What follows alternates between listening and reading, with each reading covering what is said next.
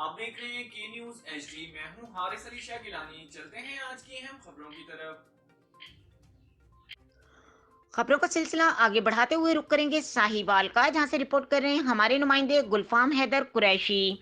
Police تھانہ غازی آباد کی کارروائی۔ گارڈن ٹاؤن بہت 2111 قہوہ خانہ پر چھاپا۔ زنا حرام کاری کی نیت سے موجود 4 مرد اور 3 عورتیں گرفتار کر لی گئیں۔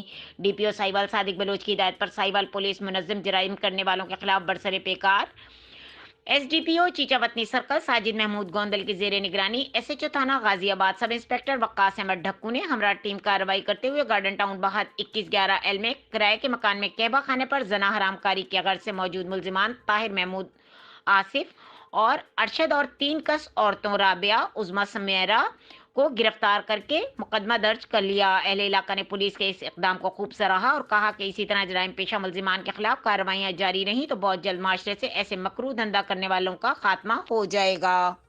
مزید خبروں اور اپڈیٹس کے لیے ہمارے ساتھ رہیے گا، تب تک کے لیے اپنا خیال رکھیے گا۔ اللہ حافظ۔